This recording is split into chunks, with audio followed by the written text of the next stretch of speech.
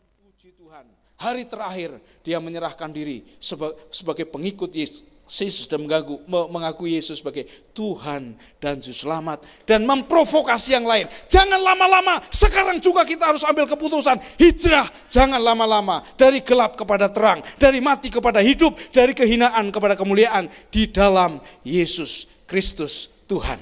Amin. Haleluya, puji Tuhan. Lalu kemudian doakan Bapak Ibu Saudara. Kami sedang bergumul tentang tanah yang beberapa waktu lalu Pak Alex dan Pak Jimmy juga mengunjungi ke sana. Kita yang juga sudah ditayangkan di sini, doakan. Kami akan bangun dengan iman percaya dan tentu doa Bapak Ibu Saudara, dan bukan hanya doa yang pasti, saya yakin itu.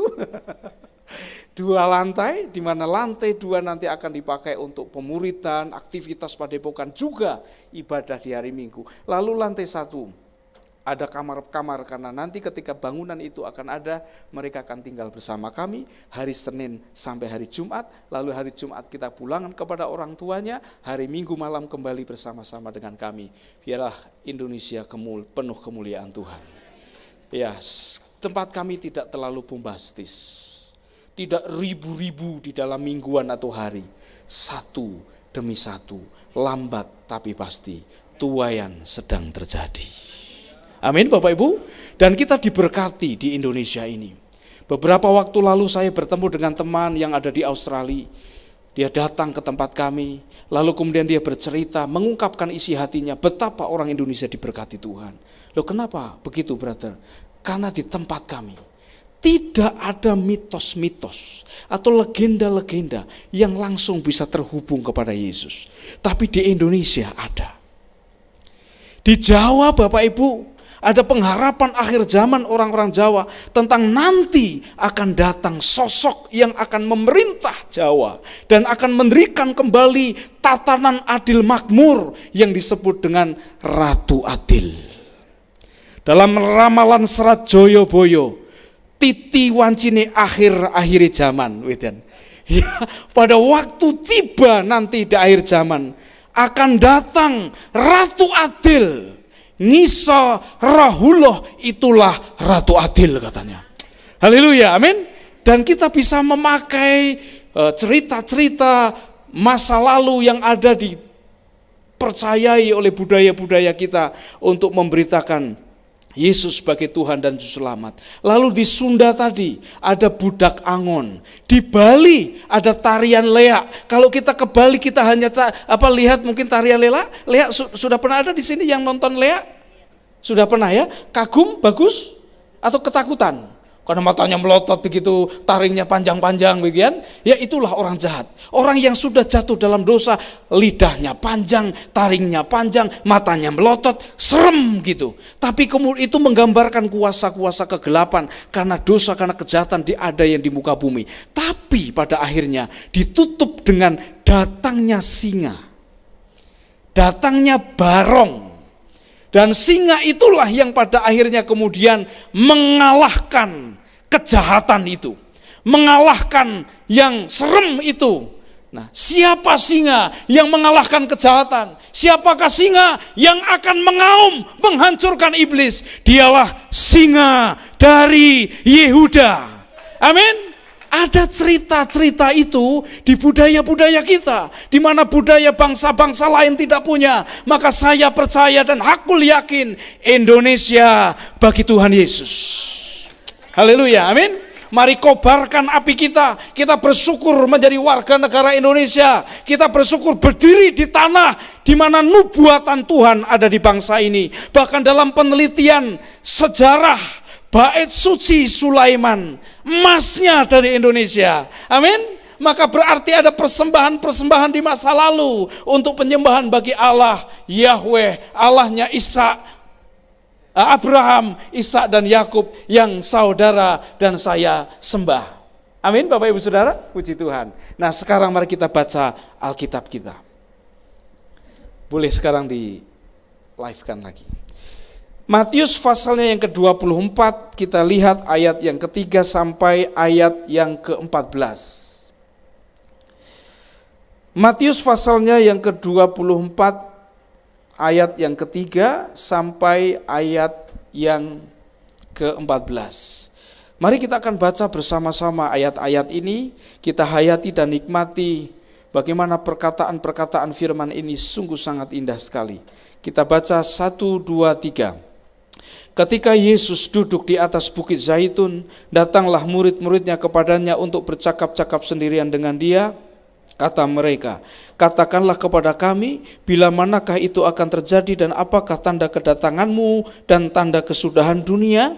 Jawab Yesus kepada mereka, waspadalah supaya jangan ada orang yang menyesatkan kamu, sebab banyak orang akan datang dengan memakai namaku dan berkata, akulah Mesias, dan mereka akan menyesatkan banyak orang. Kamu akan mendengar deru perang atau kabar-kabar tentang perang, namun berawas-awaslah, jangan kamu gelisah, sebab semuanya itu harus terjadi, tetapi itu belum kesudahannya. Sebab bangsa akan bangkit melawan bangsa dan kerajaan melawan kerajaan. Akan ada kelaparan dan gempa bumi di berbagai tempat.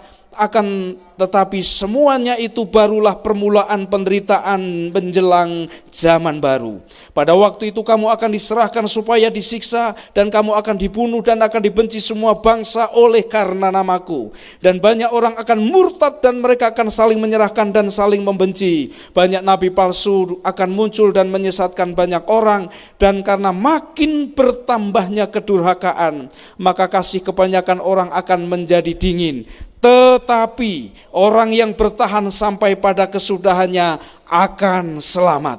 Dan Injil kerajaan ini akan diberitakan di seluruh dunia menjadi kesaksian bagi semua bangsa. Sesudah itu barulah tiba kesudahannya. Amin, haleluya. Bapak ibu saudara, bicara tentang dunia ini, sebenarnya ujung dari dunia itu apa? Ujung alamat tujuan dunia ini satu kata, kiamat. Jadi kalau saya dan saudara sedang membangun dunia kita, mencintai makin dalam dunia ini, maka saya dan saudara sedang beralamatkan kehancuran, yaitu menuju kiamat. Kiamat itu adalah hari di mana karib tidak bisa menolong karibnya. Keluarga tidak bisa menolong keluarganya. Semua orang akan berhadapan pada pengadilan Tuhan Yesus yang akan mengadili orang yang hidup maupun yang mati. Semua bangsa akan berhadapan dengan pengadilan itu. Tetapi bagi kita orang yang percaya sebenarnya bukan kiamat. Tapi hari itu adalah hari yang menjadi paling istimewa di semua hari di muka bumi yang pernah dilewati oleh manusia, khususnya orang percaya. Sebab hari itu adalah hari perjumpaan saya dan saudara dengan Yesus Kristus Tuhan di kedatangannya dia yang kedua kali. Dan sepasti kedatangannya yang pertama, maka kedatangannya yang kedua sangat pasti. Amin. Kalau kita perhatikan masa-masa ini, serangan terhadap kebenaran, serangan terhadap Allah sudah semakin seperti sempurna. Kalau dulu yang diserang hanya keilahian Yesus, dulu pernah diserang tentang hakikat Roh Kudus, sekarang yang diserang Bapa, Anak, Roh Kudus. Banyak orang yang tidak mengerti keilahian Allah dan hakikat Allah, satu pendulum ke sana, tidak mengakui keesaan Allah dalam tiga pribadi. Satu pendulum lagi ke sana, malah terpleset menjadi triteis. Ada Allah Bapa, ada Allah Anak, ada Allah Roh Kudus. Padahal Alkitab tidak pernah menyebutkan ada tiga, Allah Bapa, Allah Anak, Allah Roh Kudus. Tapi sudah telanjur. Orang Kristen banyak menyebut ada Allah Bapaknya, ada Allah Anaknya, ada Allah Roh Kudus. Padahal Alkitab menyebut Allah Bapa, Anak, Roh Kudus, Al-Ilahu Wahid. Dialah Allah yang satu dan satu-satunya yang layak disembah oleh semua bangsa. Amin Bapak Ibu. Nah, tapi hari itu adalah hari yang penuh sukacita. Bagi saya yang percaya, juga lebih khusus bagi saya dan saudara yang terus terlibat di dalam degup jantung hatinya Tuhan. Apa degup jantung hatinya Tuhan? Tidak ada lain. Semua anak-anak Adam kembali kepadanya. Penciptaan manusia dimulai dengan hubungan. Hubungan ini kemudian hancur, berkeping-keping. Karena hubungan manusia dengan Allah rusak. Akibat hubungan dengan Allah rusak ini, lalu kemudian hubungan manusia dengan manusia rusak. Hubungan dengan alam, manusia dengan alam rusak. Sampai hari ini kita berada di dunia yang sudah hancur. Di hubungan-hubungan yang hancur. Coba kalau Bapak, Ibu, saya dan saudara renungkan, semua masalah yang terjadi dalam kehidupan kita, masalah ekonomikah, masalah keluargakah, masalah bisniskah, masalah pekerjaankah, intinya satu, menghancurkan hubungan. Itu yang menjadi target iblis. Hubungan yang hancur. Yesus rela datang mengambil rupa manusia untuk memulihkan hubungan. Amin, saudara. Nah, saya akan gambarkan sebuah cerita. Ketika saya membaca, merenungkan cerita ini, tertusuk-tusuk hati saya. Begini, seorang hamba Tuhan namanya Theodor Wedel. Dia seorang ahli teologi pastoral, menceritakan dan menggambarkan seperti apa gereja. Dikisahkan begini, di suatu pantai, di mana lautan di pantai, ombak di pantai itu begitu besar, di pantai itu sering sekali terjadi kecelakaan kapal. Kapal pecah, kemudian banyak korban yang meninggal karena kecelakaan itu. Akibat pemandangan itu berhari-hari disaksikan oleh pemuda-pemuda dan orang-orang yang tinggal di pesisir pantai itu. Maka tergeraklah orang-orang itu untuk membuat tim penyelamatan. Lalu orang-orang di pesisir itu berembuk membuat tim penyelamatan pantai. Dengan visi utama supaya menyelamatkan kalau terjadi kecelakaan-kecelakaan kapal di pantai itu. Alhasil apa Bapak Ibu Saudara? Kemudian tim itu bekerja dengan sangat keras, siang jadi malam, malam jadi siang, kaki jadi kepala, kepala jadi kaki. Sudah gak karu-karuan bentuknya berarti ya. Lalu kemudian apa yang terjadi? Karena kerja keras orang-orang ini, tim ini, puji Tuhan, banyak kecelakaan kapal yang terjadi, minim sekali korbannya, bahkan makin hari makin minim korban berjatuhan dari kecelakaan itu. Tim ini makin kuat, karena banyaknya orang yang banyaknya orang ditolong, maka orang-orang yang tadinya ditolong mengucap syukur kepada Tuhan dengan memberikan ucapan terima kasih. Mulailah ada yang menyumbang gedung, mulailah ada yang menyumbang kursi, mulailah ada yang menyumbang peralatan makan, macam-macam sehingga berdirilah satu gedung di pantai itu dengan nama Gedung Tim Penyelamatan Kecelakaan Pantai. Apa yang terjadi Bapak Ibu Saudara? Lambat laun ketika itu terjadi, berubahlah tim yang gagah berani itu menjadi grup nongkrong pagi, siang, sampai malam, ngopi-ngopi, ngeteh-ngeteh, indomie. Begitu seterusnya karena sudah ada banyak kas di perbendaharaan, tidak perlu lagi kita yang tim inti ini yang turun, kita sudah bisa gaji orang. Ya UMK-nya Jakarta paling berapa sih? 5 juta, udah gaji, uang kita banyak. Biar mereka yang nanti akan turun, kita cukup di sini saja. Lalu tiba-tiba lambat laun apa yang terjadi? Terjadilah kegelisahan di antara tim-tim itu. Satu orang mengangkat tangan, Pak, kita sudah salah langkah ini, kita sudah salah tujuan. Dulu kita buat tim ini untuk penyelamatan pantai, bukan nongkrong-nongkrong, bukan ngopi-ngopi. Ayo kita kembali kepada garis tujuan, visi misi awal. Tapi ternyata terbelahlah menjadi 2 kelompok tim ini. Satu kelompok, nggak bisa. Kita tetap begini saja, sudah enak kita. Tapi yang satu kelompok, enggak Pak, kita tetap pada tujuan semula. Akhirnya pecahlah kelompok tim ini. Kemudian tim yang ingin terus berjuang memisahkan diri, melakukan visi misi awal. Tapi apa yang terjadi Bapak Ibu Saudara, lambat laun nasib yang sama dialami oleh tim yang baru ini. Pecah lagi, lalu setelah pecah dirikan tim baru lagi, bangun rumah lagi. Sehingga beberapa tahun kemudian di sepanjang pantai itu berjajar gedung-gedung dengan nama Tim Penyelamatan Kecelakaan Pantai. Tapi kecelakaan masih terus terjadi dan korban terus berjatuhan. Bukankah seperti itu gereja? Ada gereja baru dibentuk. Visi awal membara berkobar-kobar. Lambat laun melempem. Pecah lagi, gereja dibentuk baru. Berkobar-kobar pada awalnya, lambat laun melempem lagi. Pecah lagi, sehingga di Indonesia ini sudah ribuan nama sinode. Sinode yang kurang marem dengan The Assemblies of God. Gereja sidang jemaat Allah. Wah, ini kurang jelas. Mesti harus ada nama yang jelas. Gereja Yesus Kristus. Wah, ini Yesus Kristusnya yang mana nih? Maka muncul lagi sinode baru. Gereja Yesus Kristus Tuhan sejati. Wah, sejatinya masih begitu banyak sinode gereja yang ada di Indonesia. Tapi saya memberitahu dari mimbar ini, setiap jam Bapak Ibu,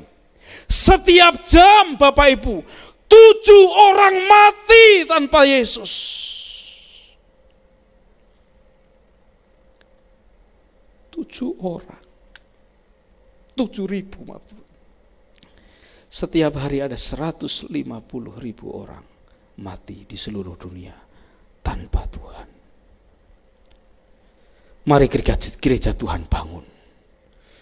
Bangun yang tidur. Bangun dengan api Roh Kudus. Sebab api Pentakosta berkobar kembali. Amin Bapak Ibu. Amin. Haleluya. Puji Tuhan. Puji Tuhan. Hari-hari ini sedang terjadi tuaian. Ayat 14. Dan Injil kerajaan ini akan diberitakan di seluruh dunia menjadi kesaksian bagi semua bangsa. Sesudah itu barulah tiba kesudahannya.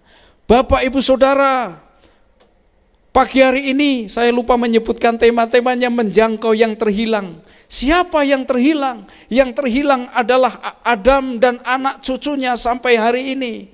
Ketika Adam dan Hawa jatuh dalam dosa, dia mengkhianati Tuhan. Dia tidak mendengar Tuhan tapi mendengarkan suara lain. Lalu jatuhlah mereka dalam dosa. Dan ketika dosa masuk, mereka menyadari dirinya telanjang. Lalu Adam dan Hawa lari bersembunyi. Setelah Adam dan Hawa lari bersembunyi, apa yang dilakukan Allah Bapak Ibu Saudara? Allah mencari yang bersembunyi itu. Kita harus jelas di pokok ini. Karena iblis mendustai manusia. Iblis berdusta kepada kita. Ingat baik-baik Bapak Ibu, iblis itu menyerang terus identitas siapa Allah. Dia enggak berani berhadapan langsung dengan Allah, tetapi dia suntikan virus dusta kepada makhluk ciptaan yang paling mulia yang disebut keturunan Allah dalam Kisah Para Rasul yang namanya manusia, yaitu ciptaan yang dicipta menurut gambar dan rupanya. Lalu manusia yang dikasih inilah menjadi alat setan untuk menuduh dengan dusta siapa Allah.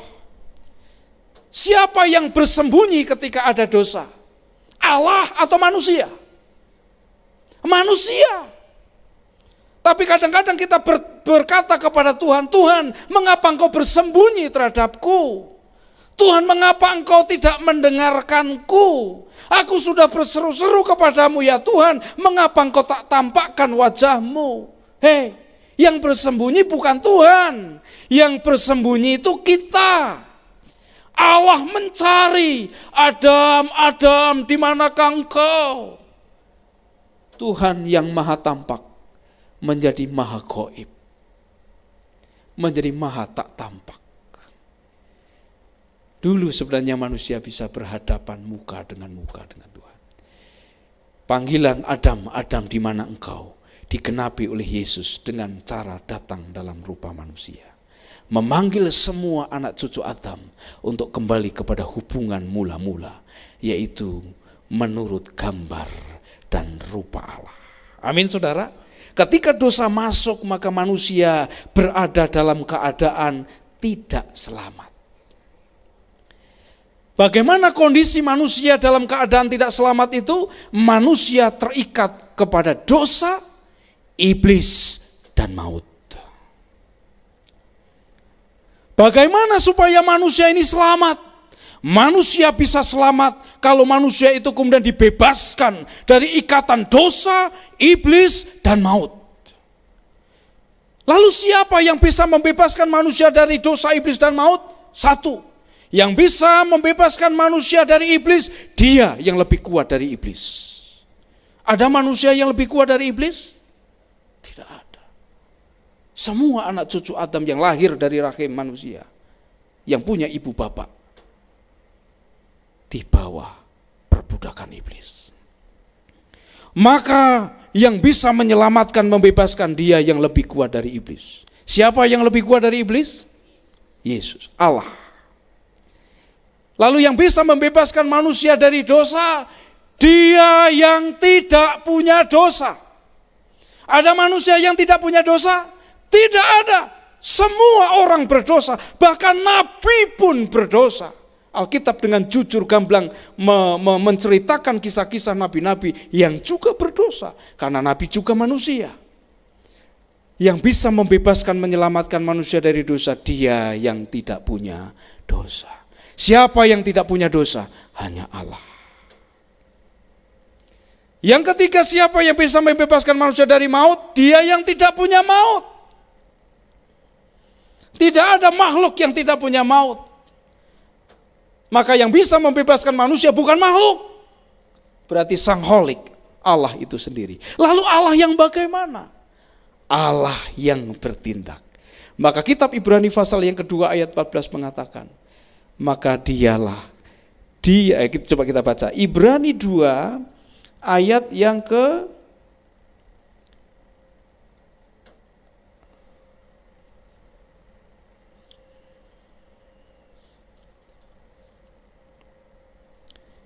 kitab Ibrani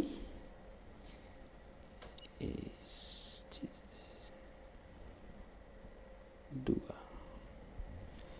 Kita baca bersama-sama kitab Ibrani 2 ayat 14. 1, 2, 3. Karena anak-anak itu adalah anak-anak dari darah dan daging, maka ia juga menjadi sama dengan mereka dan mendapat bagian dalam keadaan mereka. Supaya oleh apa? Kematiannya ia memusnahkan dia. Siapa? Yaitu iblis yang berkuasa atas maut. Jadi Allah yang bagaimana yang bisa menyelamatkan? Allah yang bertindak. Siapa Allah yang bertindak?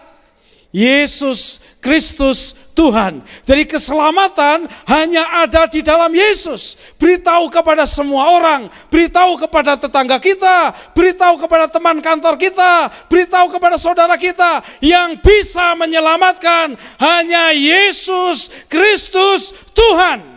Dia Allah yang bertindak, membebaskan manusia dari dosa, iblis, dan maut. Dan orang yang percaya di dalam Yesus, iblis sudah tidak berani lagi. Dosa tidak berkuasa lagi, dan maut tidak berkuasa lagi. Kita hanya akan mengalami kematian sekali. Kematian tubuh, karena memang tubuh ini sudah tidak layak nanti masuk surga. Puji Tuhan. Nah, bagaimana kita menjangkau? Bagaimana kita bisa menjangkau Bapak Ibu? Yang pertama, ketika saya dan saudara menjangkau, jangan pandang saudara kita sebagai objek. Tapi pandang saudara saya dan saudara itu dengan kasih Tuhan. Karena seperti Allah mengasihi kita, Allah juga mengasihi mereka. Amin. Lalu dengan cara bagaimana? Mulai membangun hubungan. Bangun hubungan dengan sengaja. Ya, jangan kebetulan, jangan. Dengan sengaja. Sengaja saya datang ke kampung A. Sebelum datang ke kampung A, saya berdoa, Tuhan, pertemukan saya dengan orang. Karena yang butuh Injil orang, bukan kambing. Amin. Yang butuh Injil orang, bukan ayam. Jadi yang ditemui jangan ayam, tapi orang. Amin. Lalu setelah itu jalinlah hubungan dengan tulus hati dan murni. Karena kasih Tuhan. Mereka bukan target. Kadang hidup kita juga tidak jauh lebih baik dari hidup mereka. Kita sama-sama dalam perjalanan orang berdosa untuk menuju pada keselamatan. Hanya kita sudah lebih dulu, mereka belum. Kita sudah tahu, saudara kita ini belum. Ya, haleluya, amin. Waktu kami ketemu bulan lalu, ada pelatihan di Sekolah Tinggi Teologi Mataram, STII Mataram. Kemudian setelah pelatihan setiap malam kami keluar ke alun-alun. Dan ketika keluar kita bangun hubungan, ya. Kemudian bercerita, saya ketemu dengan orang yang dari Bali, saya kenalan. Oh, dari mana bang? Sini aja. Oh ya, keluarga berapa dan sebagainya. Lalu dinyebut kata Bali. Ketika menyebut kata Bali, oh ya, wah berarti abang ini orang yang sangat kokoh imannya, saya gitu. Loh kok bisa bilang gitu? Ya karena di Bali kan banyak godaannya. Saya aja kalau ke Bali harus pakai kacamata hitam supaya nggak kelihatan sedang nengok ke kanan atau ke kiri. Ya, jadi kita puji bahwa imannya kokoh dan sebagainya. Dan abang ini pasti orang yang sangat dekat dengan Tuhan. Oh, soal itu nggak tahu saya. Haleluya. Lalu saya, apakah abang mau belajar bersama-sama saya? Saya sedang belajar tentang hubungan manusia dengan Tuhan. Kok nggak asik rasanya saya belajar sendirian, kalau ada abang kayaknya lebih seru, nanti kita diskusi. Boleh minta nomor HP-nya? Oh iya ya, boleh. Puji Tuhan, hari ketiga kita bertemu dan kita bercerita tentang iman para nabi. Gampang tidak? Gampang tidak? Segampang kita membicarakan onde-onde, segampang kita membicarakan bawang merah, bawang putih. Segampang kita mengiklankan Starbucks mungkin, oh ini iklan.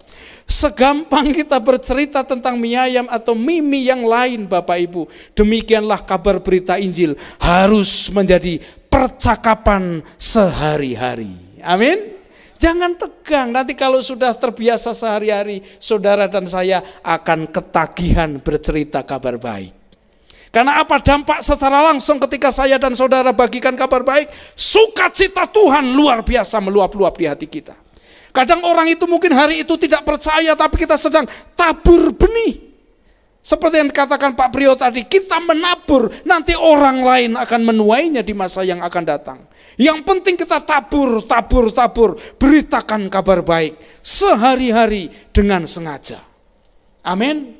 Bukan target-targetan, tapi mereka adalah makhluk-makhluk segambar serupa dengan Allah, sama dengan kita yang membutuhkan keselamatan. Itu yang kami lakukan.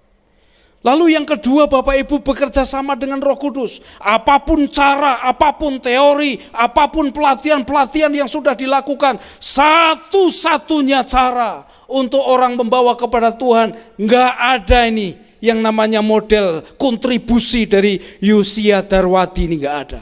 Roh Kudus yang akan membawa orang-orang kepada Tuhan. Bagian kita hanya taat. Jadi kita tidak boleh berpaku pada cara, berpaku tentang bagaimana. Saudara dan saya enggak tahu cara pun. Yang penting kita berkata, ini aku Tuhan, utuslah aku, berikan kepadaku orang yang kepadanya melalui hidupku orang itu merasakan kasih Allah. Amin. Maka satu-satunya cara hanya pergi. Katakan pergi. Pergi. Sekali lagi pergi. Kalau enggak pernah pergi, ya enggak ada tuaian. Karena tuaian itu di ladang, bukan di rumah. Tuaian itu di sawah, bukan di kamar mandi. Maka pergilah ke sawah. Pergilah ke ladang. Tuai itu dan bekerja sama dengan Roh Kudus. Roh Kudus yang akan menginsafkan orang-orang tentang dosa, tentang kebenaran, tentang hari penghakiman. Ketika kita bicara, karena semua orang sepakat, semua orang mati mau masuk surga. Setuju? Dan semua orang saya rasa setuju bahwa semua orang berbuat dosa. Betul? Nah kalau semua orang berbuat dosa, makin hari makin berbuat dosa, maka dosa semakin menumpuk. Apa yang sedang saudara lakukan? Apa yang Mas sedang lakukan untuk menutup dosa Mas? Orang lalu mulakan bercerita, saya melakukan ini, saya ibadah ini, saya puasa ini, saya lakukan ini, sumbang ini, sumbang itu dan sebagainya. Mas orang yang sangat saleh. Apakah Mas merasa dosanya sudah diampuni? Jangan apakah Mas tahu dosa Mas diampuni? Tahu itu di sini. Kalau pertanyaannya apakah Mas merasa dosanya sudah diampuni? Sehebat apapun orang itu, sudah bolak-balik ke padang gurun sekalipun, gak akan berani ngomong dekat sekali. Hanya saudara dan saya aja yang berani ngomong. Sudah dekat dengan Tuhan? Wah puji Tuhan Pak, dekat dengan Tuhan. Gitu kan? Kalau saudara kita yang terkasih ini tidak akan pernah bisa berani ngomong, saya dekat dengan Tuhan.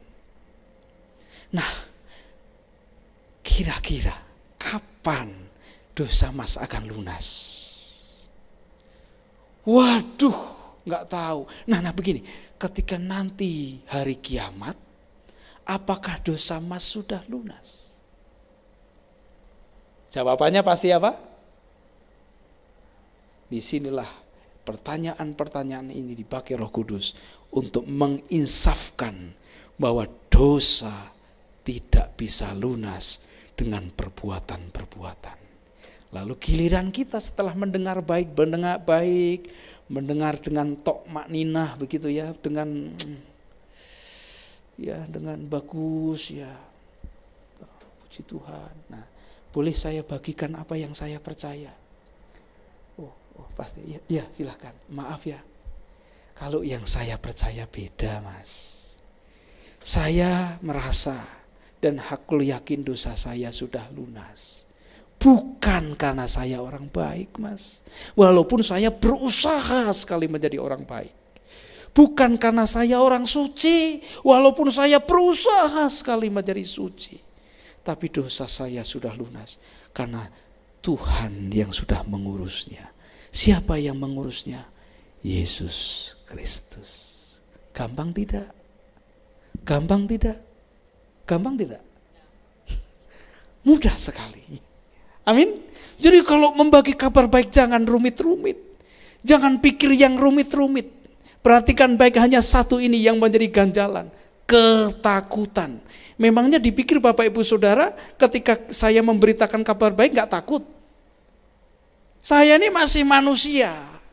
Takut juga. Hanya sebelum pergi saya berlutut di hadapan Tuhan. Saya ngomong, Tuhan saya takut.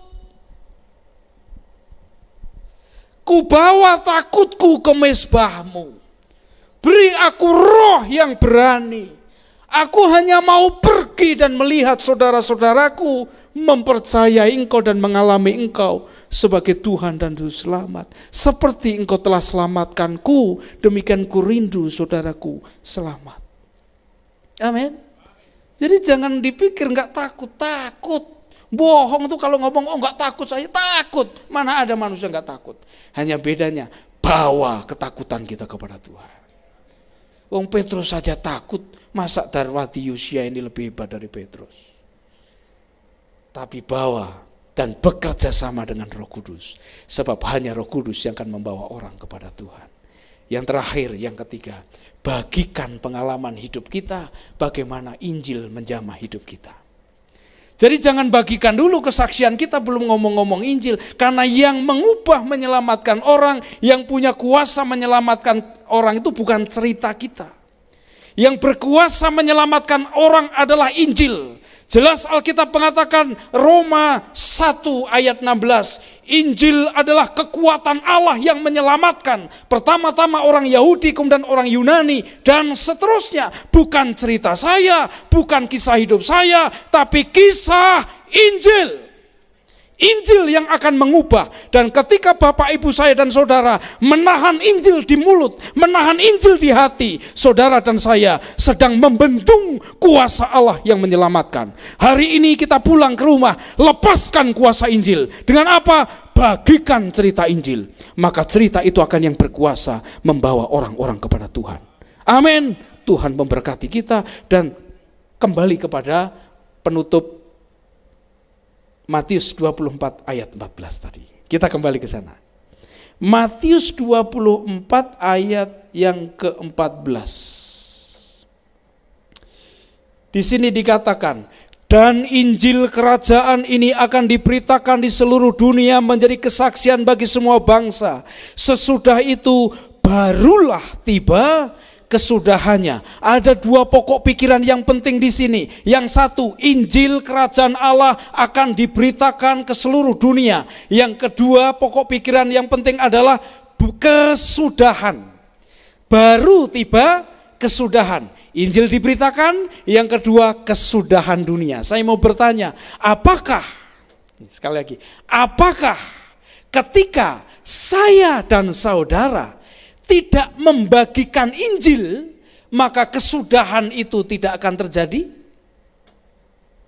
Terjadi tidak? Terjadi tidak? Tetap terjadi. Ya, kesudahan itu pasti terjadi. Walaupun saya dan saudara membagikan Injil atau tidak. Karena kalau saya dan saudara tidak membagikan Injil, Tuhan akan pakai orang lain. Bahkan Tuhan bisa pakai batu. Bahkan maaf, saudara-saudara yang ada di Jawa Barat percaya kepada Tuhan, disurvei oleh IPN, 80% mengalami perjumpaan dengan Tuhan dalam mimpi. Haleluya. Hanya masalahnya ketika kita berhadapan dengan kesudahan dan kita tidak terlibat dalam pewartaan kabar baik, ini jadi masalah buat kita. Kita tidak taat peraturannya Yesus. Oleh sebab itu pagi hari ini Bapak Ibu Saudara, mari kita terlibat dalam menyampaikan kabar baik. Sebab kesudahan dunia pasti terjadi. Mari kita berdoa. Mari kita kerja keras, kumpulkan uang, tabur untuk pekerjaan misi. Bapak Ibu Saudara, saya berterima kasih untuk dukungan doa dan juga dukungan keuangan dari tempat ini untuk pelayanan yang ada di Sukoharjo. Dan kami bertanggungjawabkan setiap rupiah di hadapan Tuhan. Bukan hanya di Indonesia, tapi teman-teman yang ada di Malaysia, yang ada di Singapura mendengar kabar baik. Jadi uang saudara tidak sia-sia. Dan saya terus memohon kepada kita sekalian untuk mari kita terus bergandengan tangan. Ada yang berdoa, ada yang menabur dengan air mata, biaya, ada yang juga bepergi. Kalau ada orang yang sudah ada di ujung lapangan sana, dukung penuh-penuh orang itu. Amin. Supaya dia tidak mati karena gak bisa makan. Kalau mati karena Injil, puji Tuhan. Haleluya. Tuhan memberkati. Mohon maaf kalau ada silap kata, dan saya harap tidak ada perkataan tadi yang menghina kelompok yang lain. Tuhan memberkati, mari kita bangkit berdiri dan membuka hati. Tuhan, ini tugas kami.